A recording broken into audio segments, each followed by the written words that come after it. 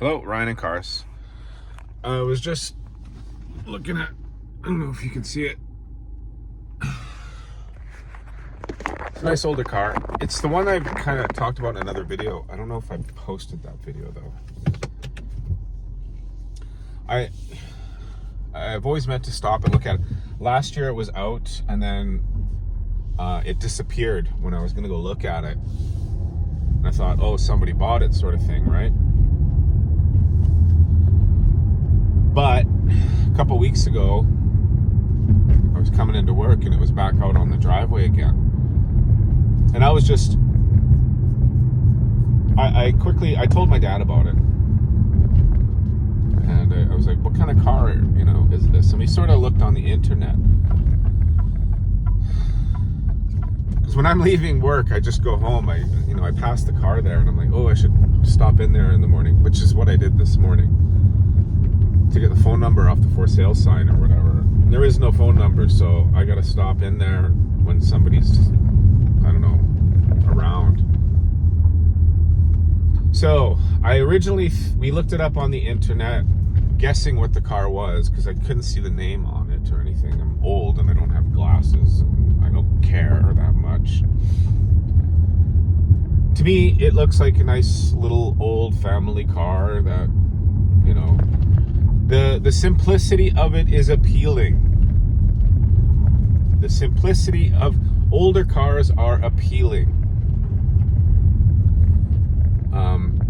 And we came up with a low, the low 60s, 63, 64, something like that.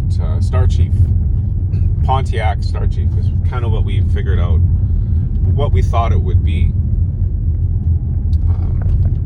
And we also had a little talk about,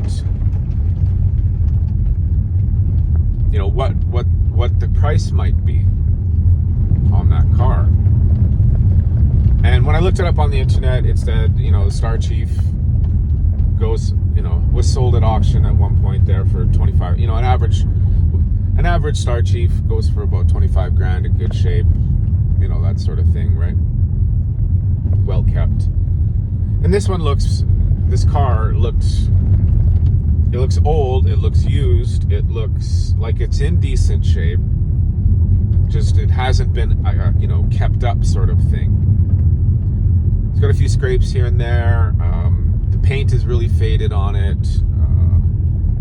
The interior looks good, like the seats are all together, there's no rips, tears, or anything weird. It just looks like somebody bought it, took generally good care of it,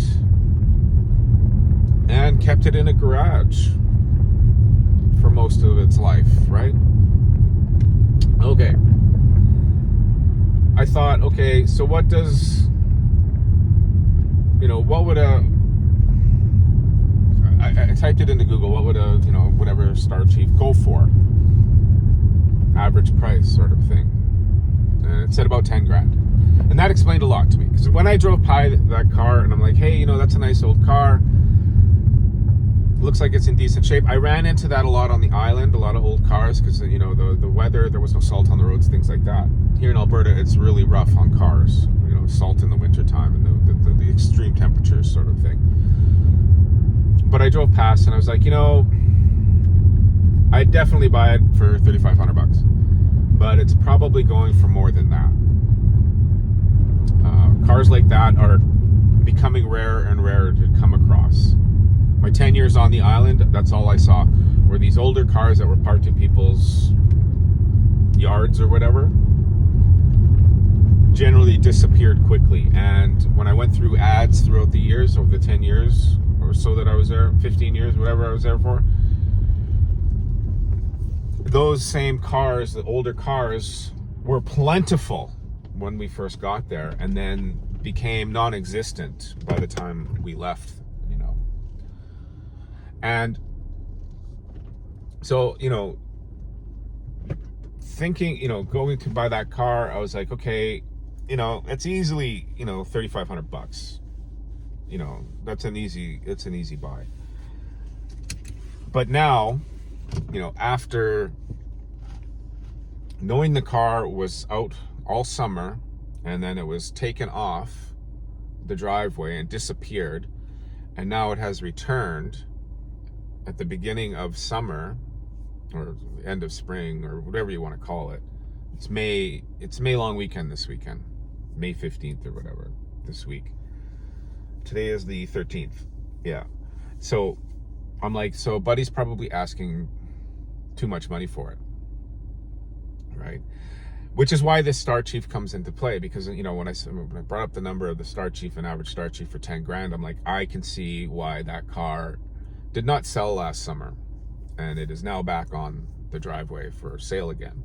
Because to walk in, like, you got to have a lot of cash for that, and you're not going to make payments on it because you can't drive it right away. You got to put another 10 grand into that car to make it showable, or whatever you want to say, right?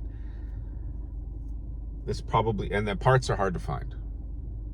Parts on old cars are hard to find nowadays. That's what I also learned living on the island. I went and talked to the guy who opened up a shop who catered to the older cars, and he goes, basically, I'm not a mechanic. My shop here is basically, what it's turned into is a part sourcing business. I was like, oh, okay. He goes, you know, parts for these older cars are completely disappearing. Some people are remaking, you know, new parts for these older cars because there are no parts. He goes, but it's still rare. It's still rare. All right, so what car is that? I took pictures of it. It is a Pontiac Laurentian. So it's a Canadian car. Okay. Pontiac Laurentian. Now, I have to look that up on the internet to see which year it is, but it looks like it's in that era of, you know, the early 60s. Because just like the Star Chief, it has the double stacked headlights on the side, the vertically stacked headlights. It has the same grille. I think it's just the, you know, the cheap, what I learned reading about the Star Chief, or whatever the Canadian one was called, it had a different name, Solar Chief, something like that. Put it in the comments if you know which one I'm talking about. But that one is basically the same car, basically the same size car and everything like that, same paint colors, everything, because it was all made by, you know, Pontiac, GM, whatever, right? And it the Star Chief was the luxury version, you know, so it would be like, you know, Toyota and Lexus. It would be the Lexus version of a Toyota Camry, or the Acura 1.7 for the Honda Civic. Right, so I'm looking at the car. It has the same body style, same shape, same everything, the large back deck on it.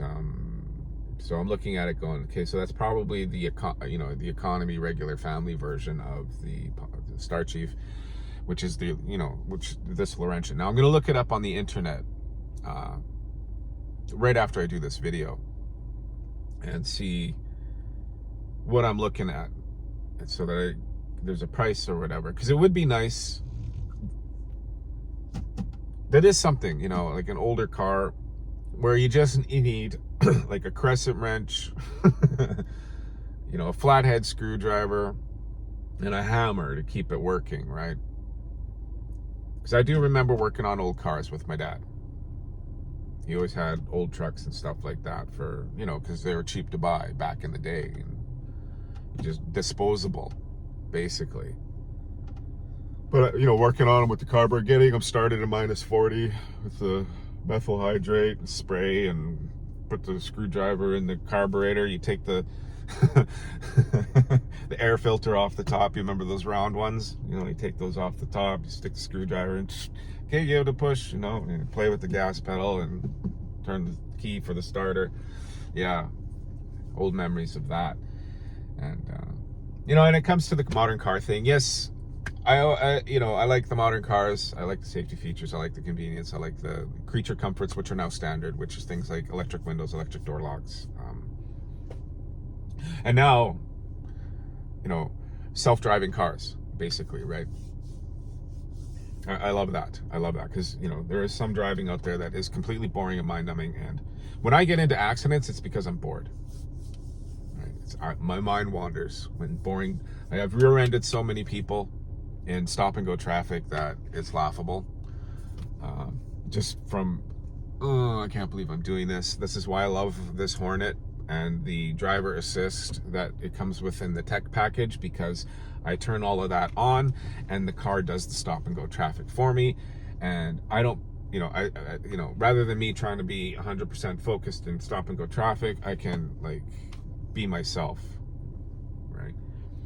I'm only 100% aware when I'm driving like fast or something spirited, right? Twisty turns, something interesting happening. All right, so I'm going to look up this Star Chief, or Pontiac Laurentian, early 60s, I'm guessing, and I will report back to see, kind of what this car is going for, and I'll figure out some way to figure out what this guy's asking for this car.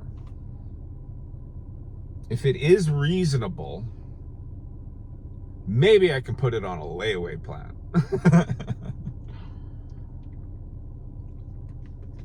I don't know if it runs. It probably does run somehow, because it left the driveway and now it's back on the driveway in the same spot.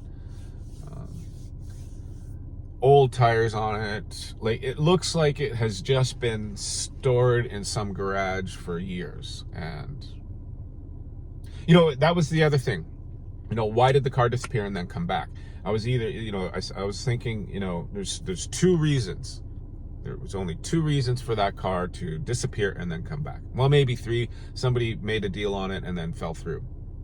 Okay, but that aside, that car sat all summer and then they took it away at the end of summer, and then now it's back out again. So that car sitting there, people are going to go and be interested. I remember seeing somebody in there, talking with the guy about the car. That's why I thought it was sold.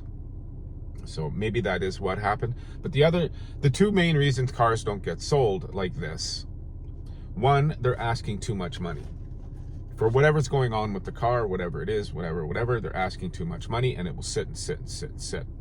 The other reason is that the price might be right, or may not be right, or whatever, but there's some sort of sentimental value attached to that car, and the right buyer, the right person has to come to buy the car. You can't just lay down a whole bunch of loot and walk away, because you have to appeal to, the seller's, disposition on the car, which means they probably are asking too much money for it. However, cars like that are usually little gems, because they are maybe neglected, but they are not abused, right? And so generally it's not worth the money that they're trying to get out of it. However, as a buyer, that is an appealing car if there is an emotional, sentimental attachment attached to it, because it means that the car has been babied. So like, something like, oh, this was my dad's car, or this was my dad's dad's car. He bought it brand new. My dad had it, and now my dad just died, and we can't afford to keep it around, and we just want to kind of get rid of it. Well, we kind of want to sell it, but the thing is that we can't use it. It's taking up space, and that's usually the story that goes along with that. And in that case, it's like they are asking a lot of money for it. However, it's better than finding a similar car that has been through many hands, has a lot of different people working on it. You don't know what's going on with it. And unless you're going to strip it down and do a full ground up restoration, or use it as a junker, parts car or something, that's the only way you would want that kind of car. But these kinds of cars, if there is a sentimental value attached to it, it is appealing because it hasn't gone through many hands. There's only a certain amount of people that have worked on the car. So you're generally going to find mostly original or very sane fixes on them, right? And it's, at the right time. When you meet with the seller or whatever it is, and if it's the time, it's the time. They'll make a deal with you depending on who you are and how you approach them. All right. Like if you want to see another one about the Pontiac Laurentian, a follow-up video. And yeah, write something in the comments about something about these old cars that you've come across in your own find, sort of thing. You know, did it turn out to be a good deal, or did it turn out to be a money pit? All right. Appreciate your viewership. Thank you very much. I'll see you on the next one.